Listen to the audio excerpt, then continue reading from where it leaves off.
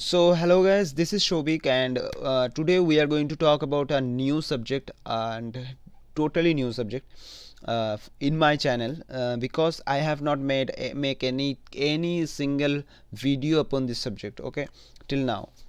But in upcoming days I'm going to post new topics on these subjects and I am going to complete the total subject, okay, in a planned way.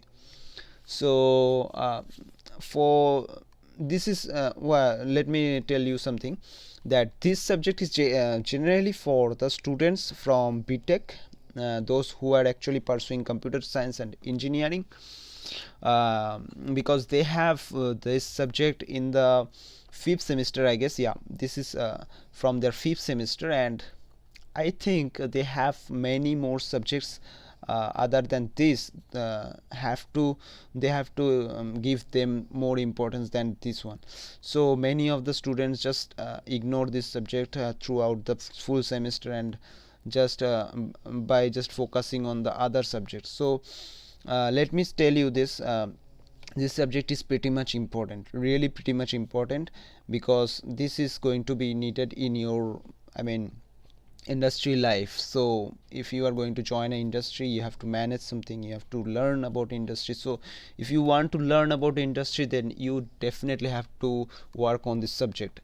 But I would say that rather reading a full book, I can say that I have a book of about mm, 1000 pages. So if you just want to complete 1000 page of a book that has 1000 page, above 1000 pages, then it's pretty much harder for this type of subjects throughout the semester. So if you just want to gather knowledge about this subject and apply them to your industry life, industry culture, then you just can follow my videos, because I'm going to give you a short and brief core things about the different topics those are important for your industry, or rather say for your examination purpose. Definitely it's going to help you in examination also.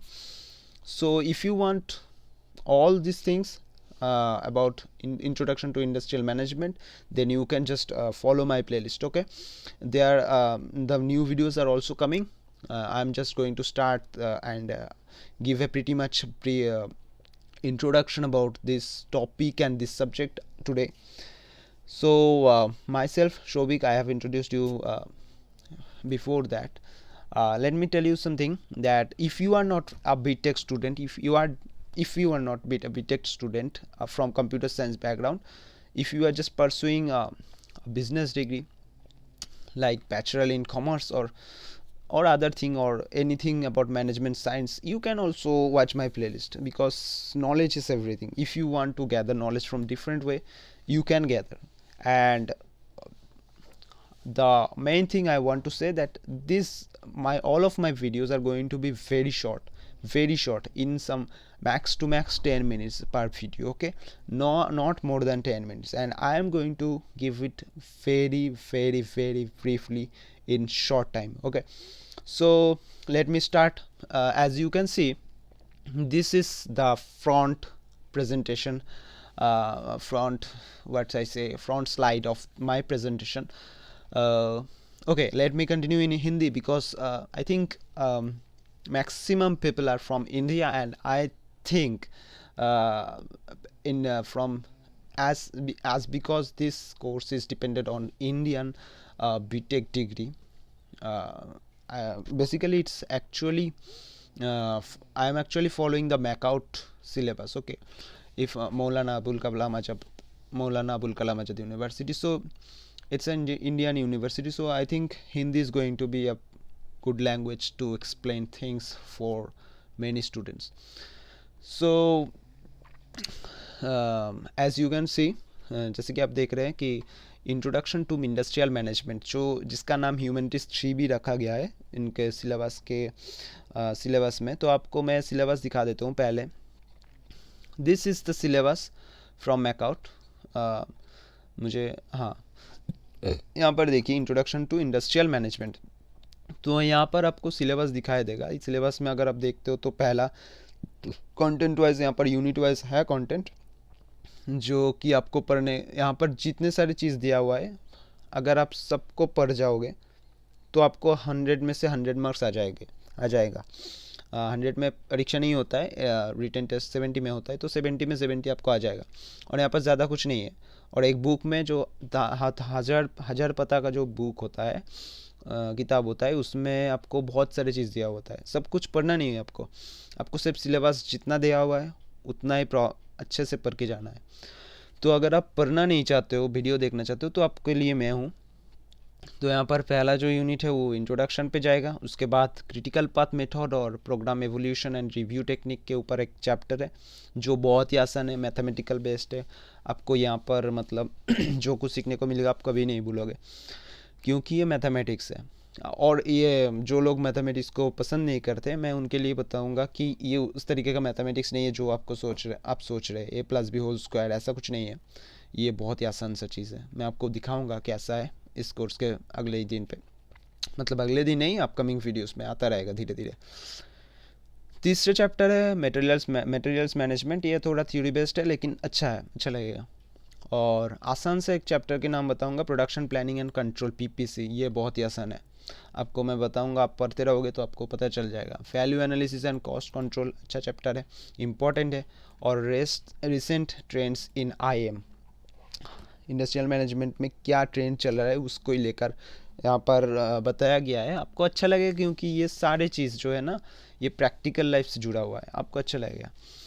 तो पहले हम चले जाते हैं introduction पे। तो introduction को लेकर हमने एक पीपीटी तैयार की है, तो आपको अगर दिखाएंगे तो यहाँ पर देखिए, इंट्रोडक्शन में आपका जो 6 मेन फंडा है। पहला वाला है सिस्टम, यहाँ पर सिस्टम के बारे में बात किया गया है। उसके बाद मैनेजमेंट क्या होता है, उसका फंक्शन क्या है, बहुत सारे कुछ है, मैं बताऊंगा धीरे धीरे, कोई टेंशन की बात नहीं है। लेकिन पहले सुन लो क्या क्या है इंट्रोडक्शन चैप्टर, इंट्रोडक्शन जो टॉपिक है उसके अंदर सिस्टम है, मैनेजमेंट है, उसके बाद ऑर्गेनाइजेशन स्ट्रक्चर है। एक ऑर्गेनाइजेशन होता है, उसका स्ट्रक्चर कैसे होता है, क्या क्या डिफरेंट चीज़ फॉलो किया जा सकता है, ये सब लेके हम ऑर्गेनाइजेशन स्ट्रक्चर। उसके बाद है ऑर्गेनाइजेशनल कल्चर एंड क्लाइमेट। आप एक ऑर्गेनाइजेशन में काम करते हो, सोचो कि आप एक कॉलेज में हो, तो उसका क्लाइमेट कैसा है, कल्चर कैसा है, उसके ऊपर डिपेंड करता है कितने सारे स्टूडेंट वहाँ पर भर्ती हो गए, है ना। तो ये सारी चीज़ डिपेंड करता है इस टॉपिक के ऊपर। उसके बाद मोरल है, मोरल आपको पता ही होगा, हर एक का मोरल हाई होगा तो अच्छे काम होगा, लो होगा तो ख़राब होगा। तो उसके बाद आता है जॉब सेटिस्फेक्शन। आप जिस कॉलेज में पढ़ते हो वहाँ पर आपका पढ़ाई कैसा होता है, अच्छा होता है बुरा होता है। अगर अच्छा होता है तो आपको सेटिस्फेक्शन मिलेगा, नहीं होता है तो नहीं मिलेगा। तो यही छः सब्जेक्ट है, 6 टॉपिक है जिनके ऊपर हम फोकस करने वाले हैं अगले वीडियोस में।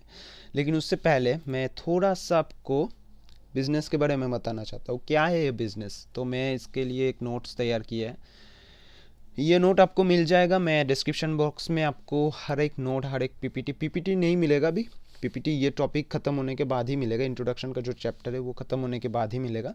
लेकिन ये जो नोट्स है, नोट्स आपको मिल जाएगा, मैं वहाँ पर लिंक दे दूंगा जहाँ पर आपको नोट्स मिलेगा, जहाँ पर मैं अपलोड कर दूंगा ये सारे नोट, वहाँ से जाके आप डाउनलोड कर सकते हो आराम से। उसके बाद प्रिंट आउट कर सकते हो, पढ़ सकते हो घर में बैठ के कुछ भी। मतलब ये नोट्स है जो ना, मतलब बहुत इंपॉर्टेंट है। आप सोच के, मतलब मैं बता नहीं सकता कितना इंपॉर्टेंट है। क्यों मैं बताता हूँ, देखो यहाँ पर जो बिज़नेस के बारे में मैं जितना भी चूज यहाँ पर लिखा है ना, सब पॉइंट पॉइंट करके लिखा है। बुक में क्या होता है, एकदम से लिखा होता है, आपको पढ़ के पॉइंट खोजना पड़ता है ना। मैं वैसा नहीं किया है, पूरा पॉइंट डाला है। आपको पॉइंट पढ़ के जाना है परीक्षा में, और वो पॉइंट याद करके आपको लिख के आना है ना। पॉइंट याद करोगे आप स्टोरी खुद ब खुद बनाते जाओगे, है ना। सोचो कि मैं आपको बता रहा हूँ, आपका नाम का एक कीवर्ड दे दिया मैंने, आपका नाम शाहिल है, तो आपको मैं बता रहा हूँ आपका नाम शाहिल। अब आप इससे जुड़ा हुआ कितने भी सारे सेंटेंस तैयार कर सकते हो। मेरा नाम शाहिल है, शाहिल इस कॉलेज में पढ़ता है, शाहिल ये करता है, शाहिल वो करता है, आप बहुत सारे लाइन्स लिख सकते हो, है ना। तो ऐसे ही करके आपको कीवर्ड हम बताते जाएंगे, और आप कीवर्ड को कैच करके दिमाग में रखोगे और एग्ज़ाम में जाके उतर के लिख के आओगे। और तो चलिए बिज़नेस क्या होता है वो देखते हैं। यहाँ पर मैंने लिखा है, a business is an enterprise in the production and distribution of goods for sale और rendering the services for a price.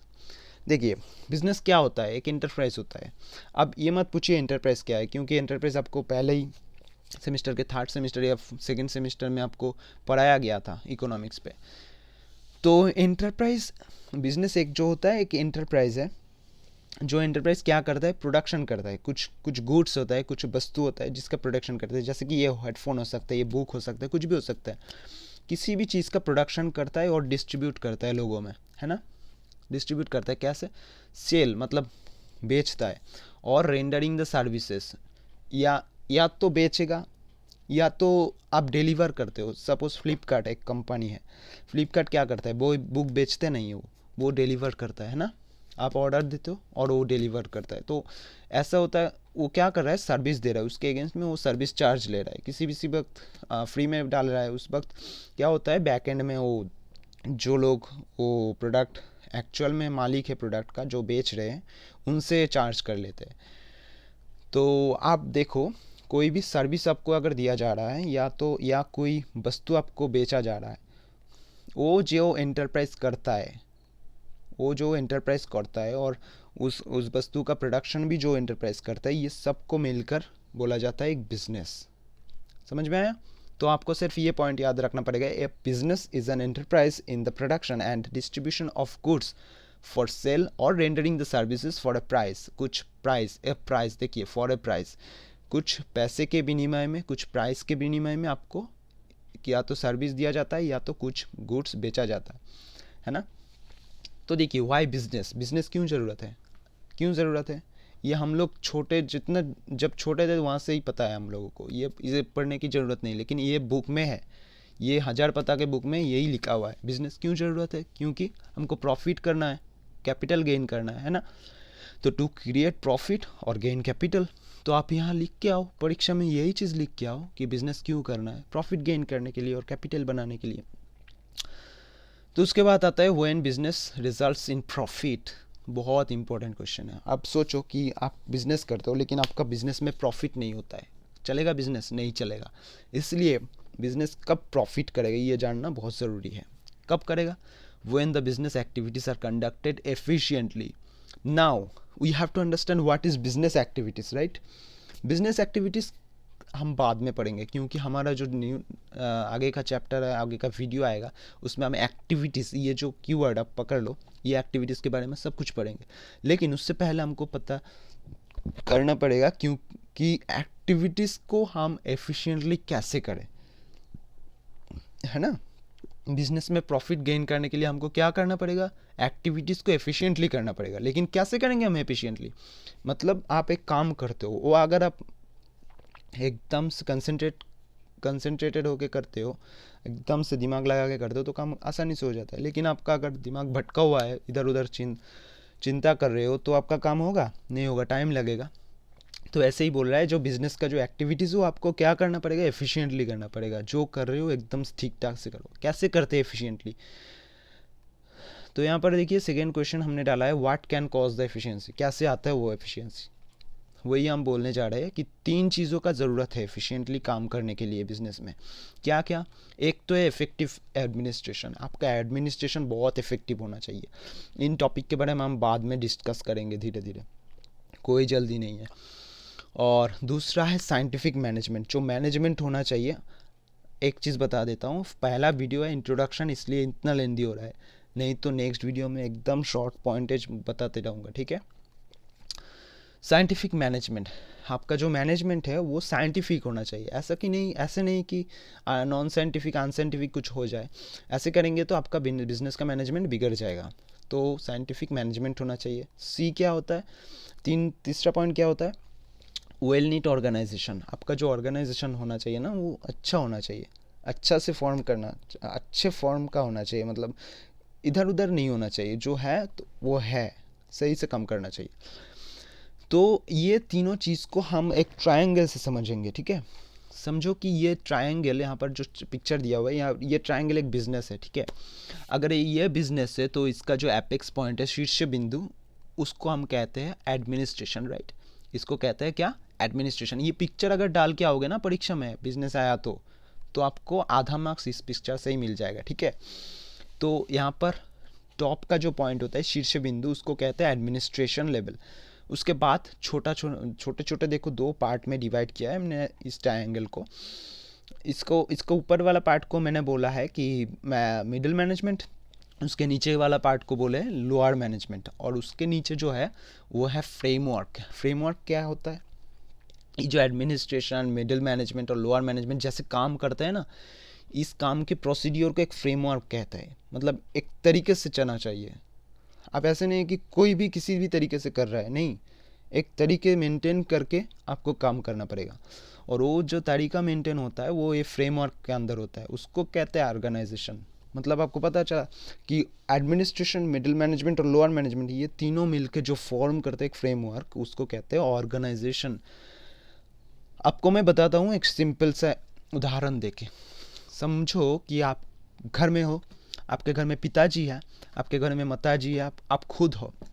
आपके पिताजी कौन है? हेड ऑफ द फैमिली है। किसी किसी के घर में माताजी होते हैं, वो अलग बात है, लेकिन एक तो होंगे जो फैमिली का हेड, उसको हम क्या कहते हैं? एडमिनिस्ट्रेशन। उसके नीचे जो होते हैं, जो घर के दूसरा काम, हाँ, छोटा मोटा काम देखते हैं, उसको क्या कह रहे हैं हम? जो एडमिनिस्ट्रेशन का ऑर्डर मान रहे हो उसको क्या कहते हैं हम? मैनेजमेंट। क्या क्या होता है वो? मिडिल मैनेजमेंट होता है। ठीक है, जैसे कि आपके माँ आपके पिताजी के हर एक बात को मानकर कैसे फैमिली को चलाया जा सकता है, ये सब डिसाइड करते हैं ना। उसके बाद कौन आते हैं? आप आते हो। माँ के बाद आप आते हो। आप क्या करते हो? आप छोटा मोटा काम करते हो, पढ़ाई करते हो, बाज़ार कर देते हो, छोटा मोटा काम करते हो फैमिली के लिए, है ना। तो आप हो लोअर मैनेजमेंट।